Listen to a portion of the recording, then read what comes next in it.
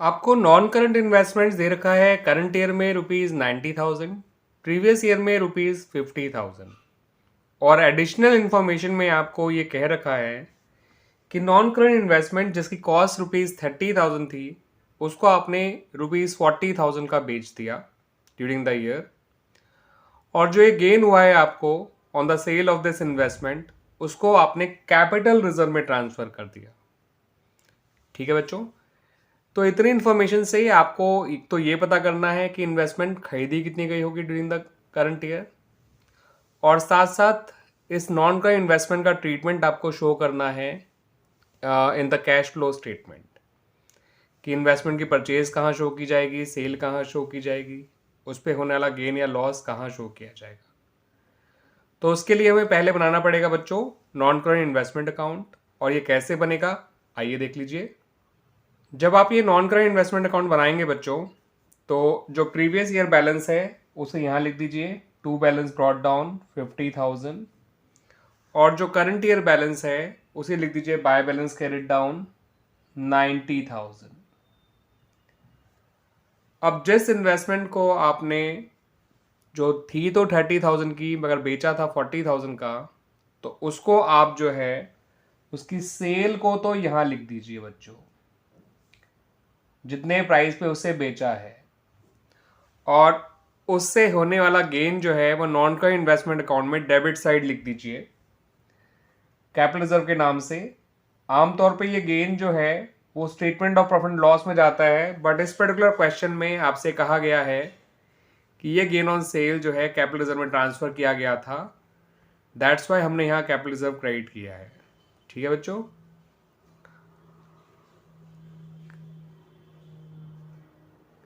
अब जो है आपको जो बैलेंसिंग फिगर मिलेगा वो मिलेगा परचेज ऑफ इन्वेस्टमेंट। अब वो कितना है आइए देख लीजिए। आपकी क्रेडिट साइड का टोटल है ₹1,30,000। इस 1,30,000 में से 60,000 माइनस कर दीजिए इन दोनों का सम, तो ये आ गया 70,000। और ये 70,000 जो है वो परचेज ऑफ इन्वेस्टमेंट है। ठीक है बच्चों, तो ये 70,000 जो परचेज ऑफ इन्वेस्टमेंट है, ये cash flow from investing activities में as a minus item show किया जाएगा, बिकॉज इसकी वजह से कैश का आउटफ्लो हुआ है। एसेट खरीदने से कैश जाता है बिजनेस से, दैट्स वाई ये कैश का आउटफ्लो है। इसे आप इन्वेस्टिंग में as a minus item show करेंगे cash flow from investing activities में।